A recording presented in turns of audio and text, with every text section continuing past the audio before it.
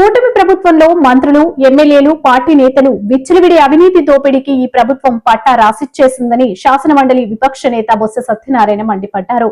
రాష్ట్రంలో దివ్యాంగులు ధర్నా చేస్తున్నా పట్టించుకోవడం లేదని, అసలు కూటమి ప్రభుత్వానికి మానవత్వం ఉందా అని ప్రశ్నించారు.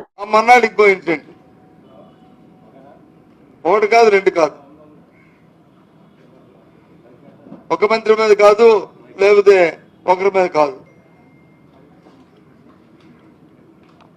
ఒక మేరెత్తి ఎంత అక్కర్లేదు, ఒకళ్ళు వచ్చి కొంత అక్కర్లేదు, మొత్తం అందరూ కూడా అలాగే ఉన్నారు.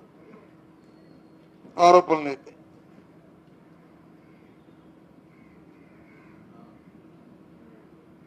దోపిడీ అయితే భూకబ్దాలు అయితే మరి అడగక్కర్లేదు.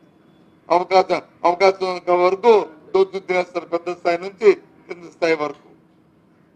ఉదాహరణలతో కలిపి చెప్తున్నా దాని మీద ఎంక్వైరీ లేదు, దాని మీద విచారణ లేదు. ఇలా అనేస్తాం అంతే, పోతే పోనీ. రాష్ట్ర ప్రజలందరినీ గమనించమని కోరుతున్నాను.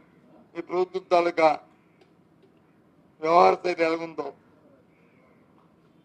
పరిపాలన విధానం ఎలాగుందో, అంత దుర్మార్గమైన ఆలోచనతో ఈ కార్యక్రమం జరుగుతున్నాయి. మరి ఎక్కడ సామాన్యుడికి వచ్చి నీడ, సామాన్యుడి రక్షణ కనిపించింది.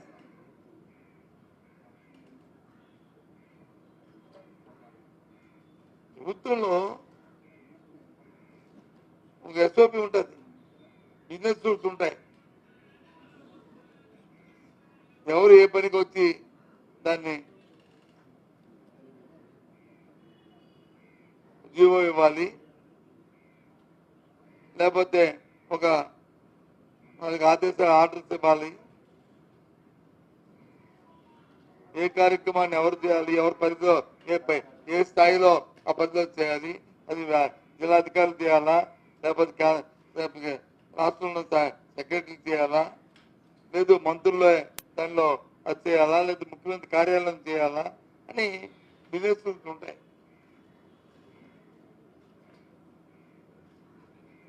నేను మధ్య చూస్తున్నాను ఒక 2 ఇష్యూల్లో మేము ఎంక్వైరీ చేస్తాం. ఎంక్వైరీ చేయడం నాన్సెన్స్.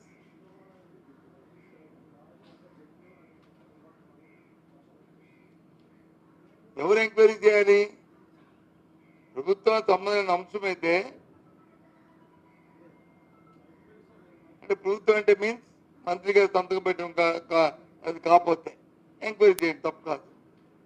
అది కింద స్థాయిలో జరిగింది కాబట్టి.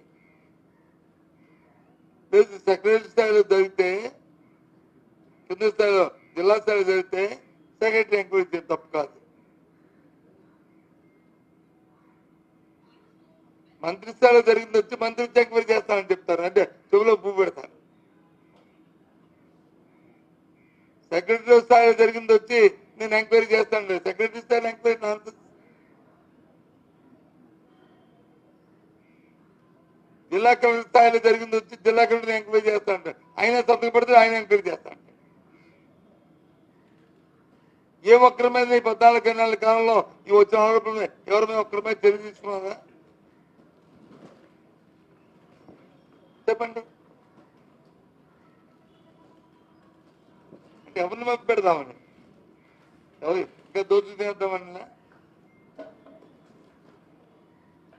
మీకు సిగ్గు అనిపించట్లేదు, మీకు బాధ అనిపించట్లేదు ఈ కార్యక్రమాలకి. ఇంకా పేదవాళ్ళ గురించి చెప్తే గొప్ప చెప్తారు. నిన్న మొన్న బతుకులో చూస్తున్నాం, ఎక్కడెక్కడే ఈ ధర్నాలు, ఎక్కడెక్కడే రిప్రజెంటేషన్, ఎవరు వికలాంగులు పాపం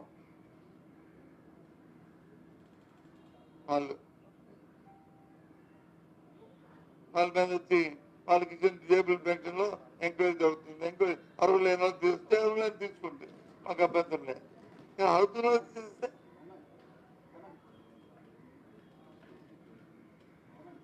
ఈ రాష్ట్రంలో 7,70,000 వికలాంగుల పెన్షన్లు ఉన్నాయి. నిన్న వచ్చి నోటీస్ ఇచ్చారు. ఇస్తూ ఏమి ఇచ్చారు నోటీసులో? నేను రద్దు చేస్తాం ఇచ్చారు.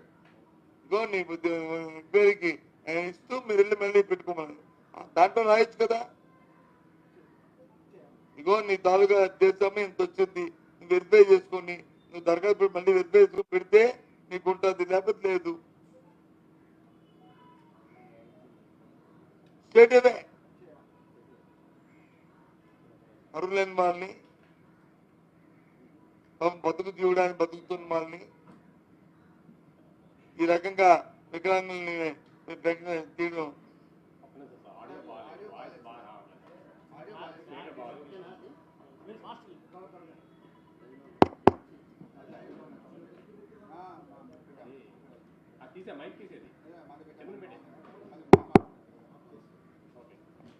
తీయడం ఇది భాగంగానా వాళ్ళు బతికేలా బతుకుతారు. ఏ రకంగా జీవన గడుస్తుంది.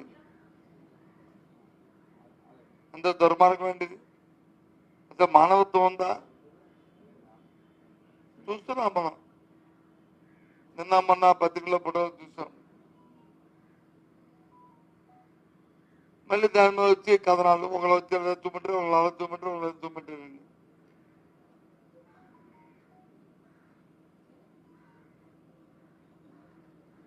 అందుకే ఒక కార్యక్రమం రూపొందిస్తున్నాం. మన ప్రాంతాల్లో, ఈ ప్రాంతాల్లో కలెక్టర్ తాలూకు అపాయింట్మెంట్ తీసుకొని